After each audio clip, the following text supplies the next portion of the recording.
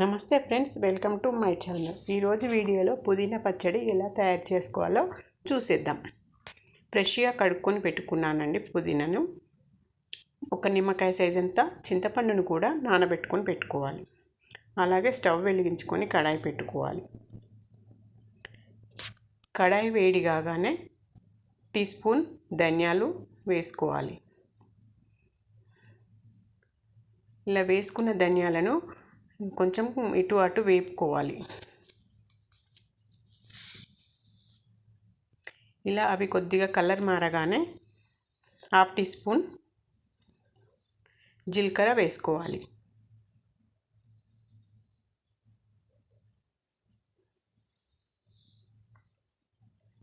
ఇది కూడా కాస్త కలుపుకున్న తర్వాత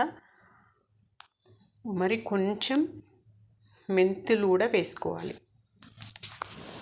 పావు వంతు మెంతులు కూడా వేసుకొని కలుపుకోవాలి. ఇవి కాస్త బాగా వేగాలి. మంచిగా స్మెల్ వచ్చేంత వరకు మంచిగా వేగాలి.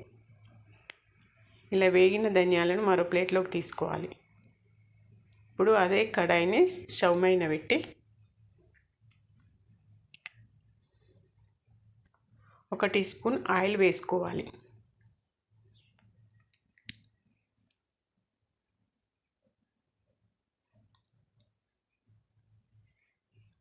ఆయిల్ కొద్దిగా వేడి కాగానే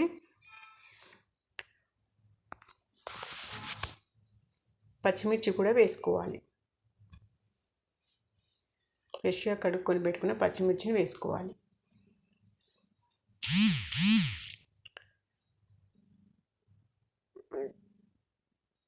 ఇవి మళ్ళీ ఒకసారి కలుపుకొని మూత పెట్టుకోవాలి. మూత పెట్టి స్టవ్ స్లిమ్లో మాత్రమే పెట్టుకోవాలి.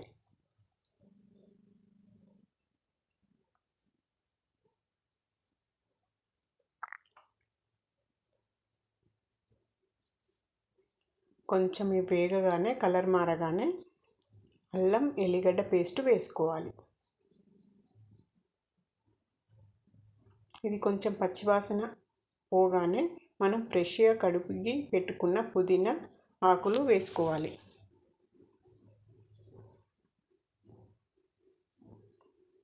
ఇలా వేసుకొని ఇది కాస్త మగ్గిన తర్వాత ఒక పావు స్పూన్ పసుపు వేసుకోవాలి.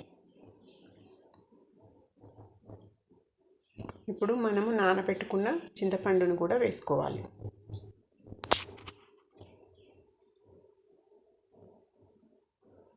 వేసుకొని కొంచెం వేగగానే స్టవ్ ఆఫ్ చేసి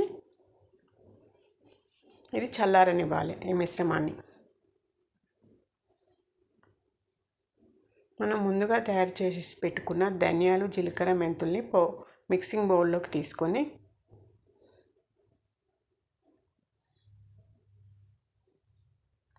మిక్సీ వేసుకోవాలి.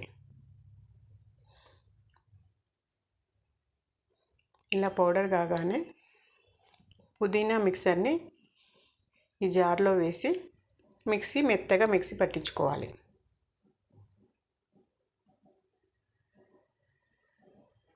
తగినంత సాల్టు, రుచికి సరిపడా